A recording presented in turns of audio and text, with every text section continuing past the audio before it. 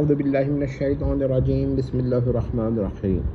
احمد یار صاحب محترم لکھتے ہیں، کتاب کا نام ہے شان حبیب الرحمن، صفحہ ہے 206، اور اس پہ یہ جو اس کے ناشر ہیں حافظ محمد اظہر نعیمی فرماتے ہیں کہ خدا کا علم غیب حضور علیہ السلام کے قبضہ میں دے دیا گیا۔ اب ہمارا سوال ہے، پہلا سوال یہ ہے کہ آپ یہ تو اللہ کی صفت صدق پر بھی، جو کہ صفت فعلی ہے، اس پر بھی باری تعالیٰ کو قادر نہیں مانتے، تو صفت علم جو بالاتفاق صفت ذاتیہ میں سے ہے، اس پر اللہ خود اپنی صفت ذاتیہ پہ قادر نہیں ہے، صفات ذاتیہ پر، تو پھر غیر اللہ کا کیسے قادر ہو سکتا ہے؟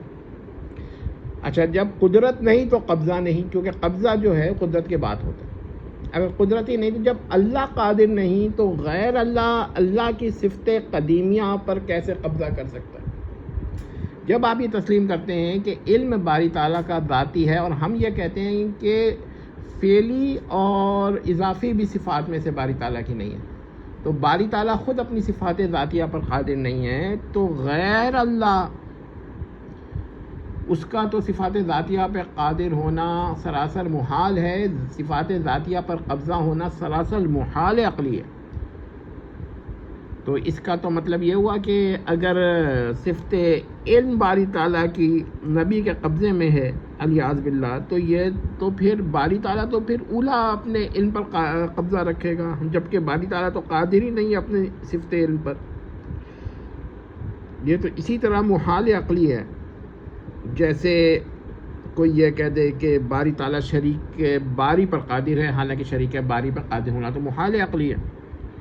تو صدق پر آپ قادر نہیں مانتے، امکان کذب کے آپ منکر ہیں، لیکن باری تعالیٰ تو اپنے صدق پر قبضہ نہیں رکھتا، تو وہ اپنے صفت ذاتی العلم پر کیسے قبضہ رکھے گا؟ جب باری تعالیٰ قادر نہیں ہے تو نبی کیسے قبضہ رکھے گا؟ تو یہ عقیدہ سراسر کفر و شرک ہے۔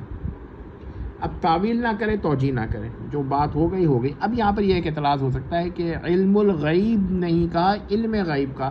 یہ بھی بعض حضرات کہتے ہیں کہ علم الغیب اور چیز ہے اور علم غیب اور چیز ہے۔ اچھا جی، تھوڑی دیر کے لیے فرق مان لیں کہ علم غیب ان حضرات کے نزدیک علم بالمغیبات کے معنی میں ہے، مگر وہ جب علم الغیب کا ذکر کر رہے ہوتے ہیں، ذاتی اور عطائی کی تقسیم کر رہے ہوتے ہیں، علم الغیب کی کر رہے ہوتے ہیں، علم غیب کی نہیں کر رہے ہوتے۔ اور اگر مان لیں کہ وہاں بھی کیا ہے تو یہ جملہ پھر بھی کفری ہے۔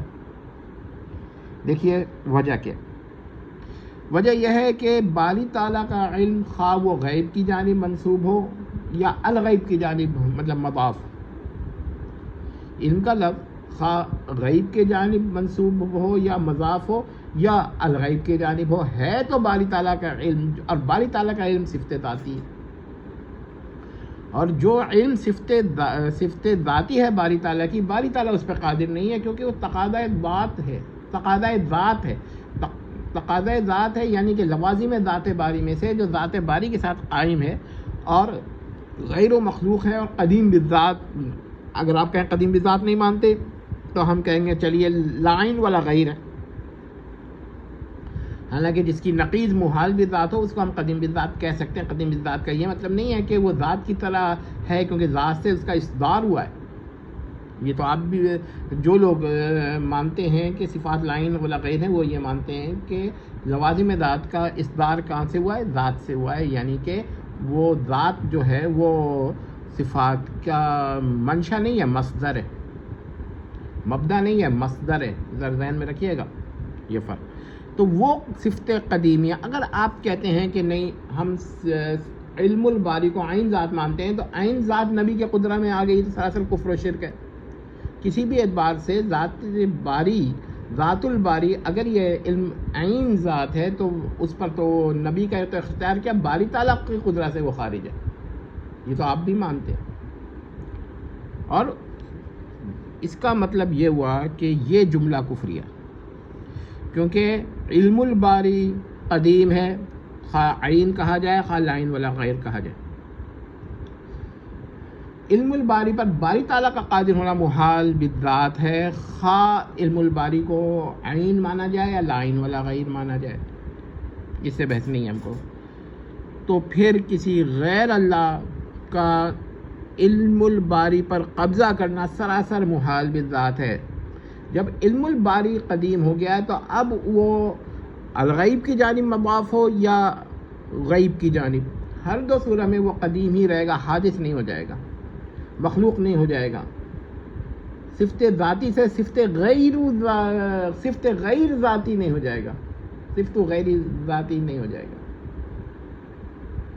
تو صرف اضافت کی وجہ سے اگر صفات ذاتیہ غیر ذاتی ہو جائیں تب تو یہ ساری معنیات ہی ختم ہو جائیں.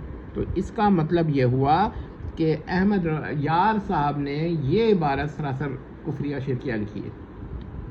کیونکہ شرک صرف یہ نہیں ہے کہ آپ یہ ذاتی اور عقائد کے فرق کرتے رہیں اور جو نہ کرے اس کو مشرک کہتے ہیں، بلکہ صفات ذاتیہ پر غیر اللہ کو قادر مان لیں تو بھی شرک ہو جاتا ہے، قطعی شرک ہوتا ہے یہ. اور یہی نہیں، آئیے ایک اور مسئلہ بھی بتا دیں کہ صرف باری تعالیٰ کی صفات فعلیہ بھی ہیں اور صفات اضافیہ بھی ہیں.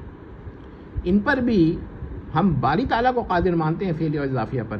غیر اللہ اگر اللہ کی کسی بھی صفت پر قادر ہوگا یہ کفر و شرک ہو جائے گا. غیر اللہ کا باری تعالیٰ کی صفات فعلیہ اور صفات اضافیہ پر بھی قادر ہونا ممتنع بالذات ہے.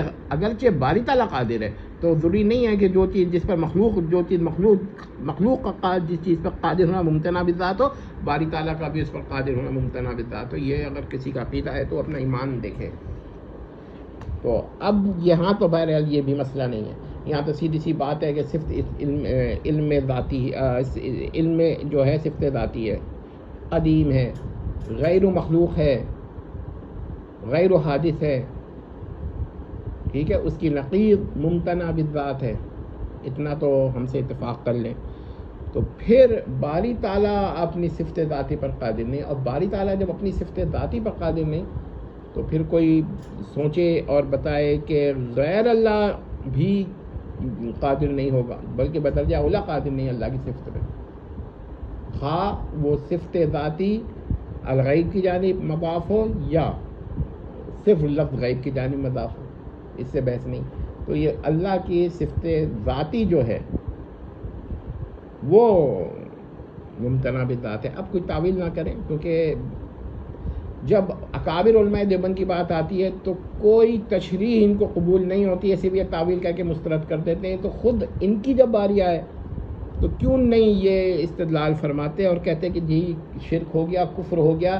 اور جس طرح اب وہ اچھا چلیے آپ ہمارے اکابر کو کافر کہتے ہیں نا، وہ ہمیں اس سے اتنی بحث نہیں ہے فی الحال اس لیے ویڈیو میں، جتنی اس سے ہے کہ آپ اگر عقیدے ٹھیک ہوتے، صرف ہماری اکابر کی عبارات پر اعتراض ہوتا تو پھر بات تھی نا. تو پھر آپ ہمارے جب اکابر کو کافر سمجھتے ہیں اور ایسا کافر کہ جن کے کفر میں شک کیا جائے وہ بھی کافر، تو پھر اور کوئی توجیہ نہیں کرتے. یہ وجہ کہ ہماری بھی تکفیر کرتے ہیں. کیوں کرتے ہیں؟ کیونکہ ہم جو ہیں اپنے اکابر سے کہیں بھی اختلاف رکھیں، اختلاف رکھنے کا ہمارا رائٹ ہے.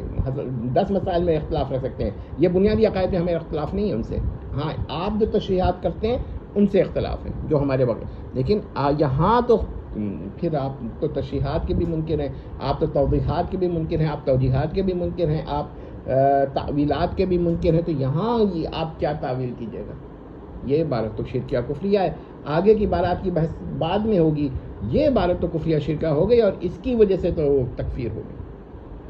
پھر کہیے نا ہمارے اکابر کا نام لے کر کہتے ہیں نا فلاں کافر، کہیے مولانا تھانوی کی طرح احمد یار صاحب بھی کافر، کہیے نا. نہیں کہیں گے. کہیے نا سیدنا امامنا امام اہل سنہ خلیل احمد مہاجر مدنی رحمہ اللہ اور رحمۃ اللہ علیہ کو آپ لوگ کافر کہتے ہیں نا. کہیے کہ بھئی یہ احمد یار صاحب ان کی ہی طرح کافر. یہ کیا طریقہ ہے کہ اپنے عالم کچھ بھی لکھ دے، تکفیر نہیں. دوسرے کا عالم اگر کوئی ایسی بات لکھے تو اپنی تشریحات ملا کر تکفیر کرتے ہیں، اور جو کہ تشریحات ہٹائے اس کو بھی تکفیر کر لیں. جو تشریحات کی وجہ ہے کہ تشریحات کی وجہ سے عبارات کے غلط معانی اور مفاہیم پیدا ہو رہے ہیں، تو اس کو بھی کافر کہتے ہیں آپ. تو بات یہ ہے کہ جب تکفیر کرنی ہوتی ہے نا تو اپنا دیکھا جاتا ہے کہ بھئی ہمارا عالم جو ہے نا وہ کفر نہ کرے, اس کی تکفیر نہ ہو. امید کرتے ہیں کہ مسئلہ سمجھ میں آ گیا ہوگا. والسلام.